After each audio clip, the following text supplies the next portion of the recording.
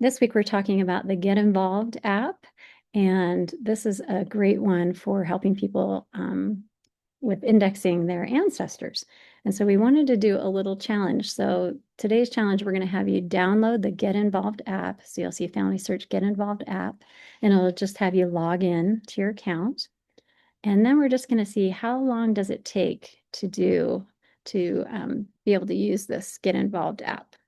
So it's just this little tree that you'll see, this little Get Involved app tree that you'll download.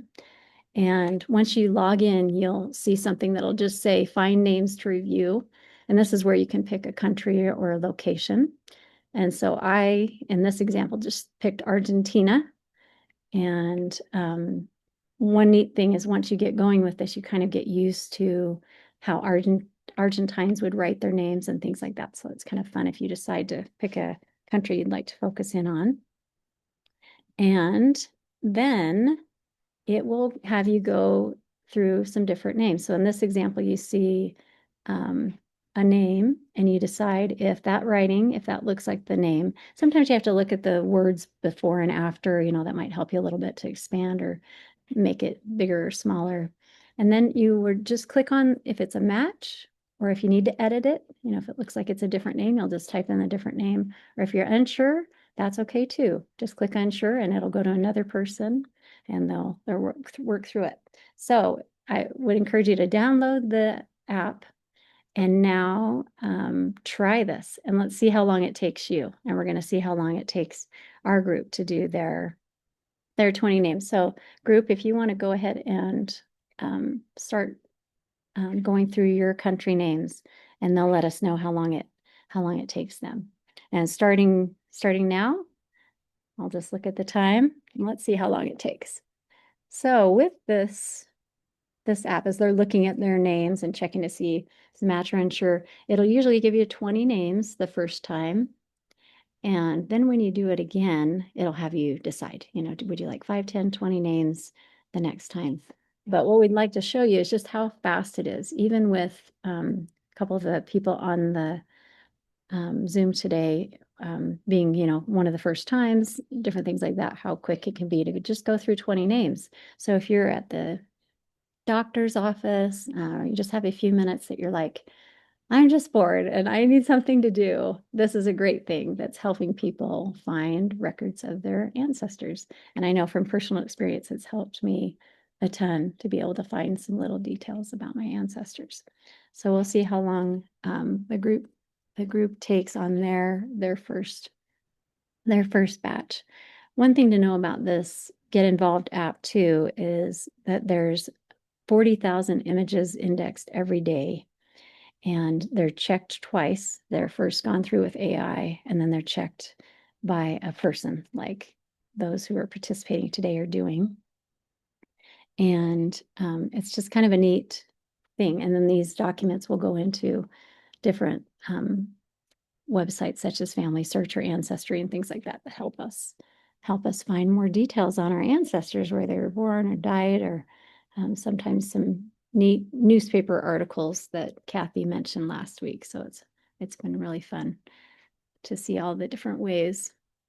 And then today we're just going to talk a little bit about some of the things that we've done in the past too, some of the challenges that we've done. But how's it going, group? Doing okay on your names? Sounds good. And Chrissy, just so you know, right now we're just doing the Get Involved app and just trying it and seeing how long it takes. So we just talked about clicking on a country and then going through the app and seeing how long it takes to do that. So we're going to see how long it took to do 20 names. Because I usually say if you have 5 minutes, you can probably do this.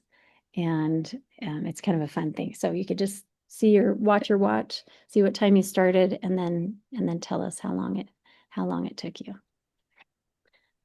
So with that, we'll just kind of move on to a couple things and let them tell us when they finish.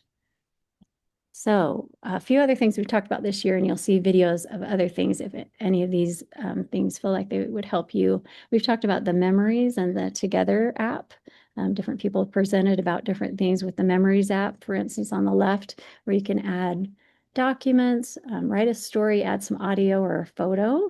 A real quick way, like if I just was sitting here with my granddaughter and I wanted to record some cute things she said, I can just record it and put it on the Memories app. We talked a little bit about that. And then we talked about the new Together app that has a lot of these same things. Sorry, it's a little blurry, but lots of different things again where you can do activities. You can get points for doing activities. You can invite your family, challenge your family. That was another one of the things that we talked about this year so far in our family history challenges. And another thing we talked about was photo editing, and there's the MyHeritage photo editing, which they have some neat new things as far as animating photos and enhancing photos and coloring photos. And then the Pixlr editor maybe gets a little more deep dive into photos that really need some fix, some really old photos and things like that.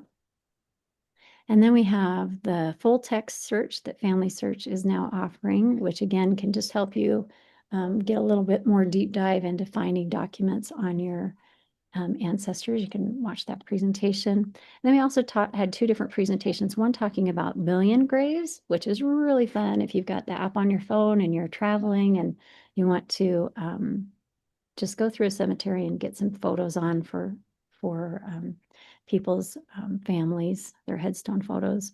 You can also do that with the Find a Grave app.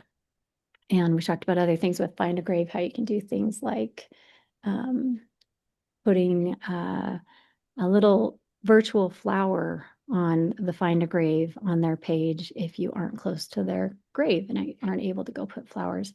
Do a little virtual flower and a virtual message on Find a Grave. I finished.